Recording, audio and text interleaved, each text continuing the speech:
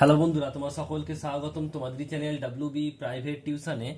আজকের এই ভিডিওতে আমরা রায়মার্টিন প্রশ্নবিচিত্রা 2024 সপ্তম শ্রেণীর ভূগোল বিষয় যে তোমাদের তৃতীয় ইউনিট টেস্টের জন্য 9 নম্বর স্কুল রয়েছে 300 নম্বর পেজে, এই প্রশ্নপত্রের উত্তর নিয়ে আলোচনা করব। তো চলো ভিডিও শুরু করা যাক।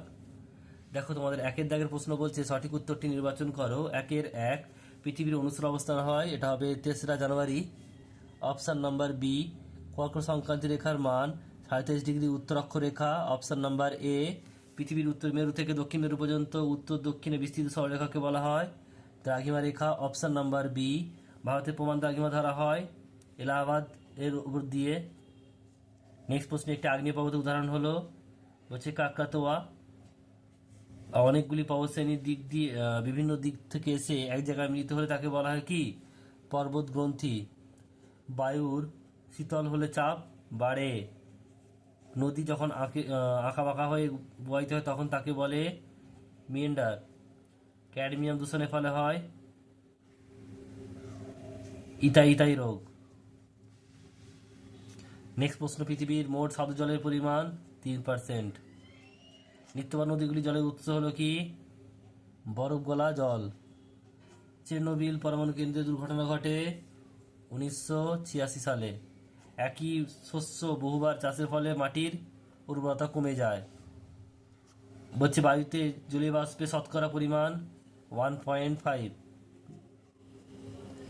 ইউরোপের নাতিশীতোষ্ণ অঞ্চলে তৃণভূমিকে কি বলা হয়? স্টেপ।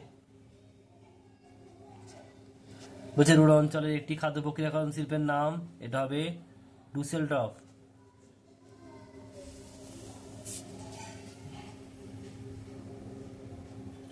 নেক্সট প্রশ্ন পরেরটা দেখো, দাগে শূন্যস্থান পূরণ করো। একটা বলছে পৃথিবীর ড্যাশ অক্ষরেখার কক্ষপথে পশ্চিম থেকে পূর্ব পৃথিবীর ড্যাশ কক্ষপথে পশ্চিম থেকে পূর্বে ঘোরে, এটা হবে উপবৃত্তাকার কক্ষপথে। ব্রিটিশ যুক্তরাষ্ট্রের রাজধানী লন্ডনে গিনিচের ড্যাশ আছে royal observer, astronomical observer. Next প্রশ্ন বলছে তিব্বত পৃথিবীর বৃহত্তম মালভূমি, আর নির্দিষ্ট পরিমাণ ড্যাশ জলে দিলে জীবাণু নষ্ট হয় ক্লোরিন। ভূপৃষ্ঠ থেকে যত উপরে ওঠা যায় বায়ুর চাপ তত কমে।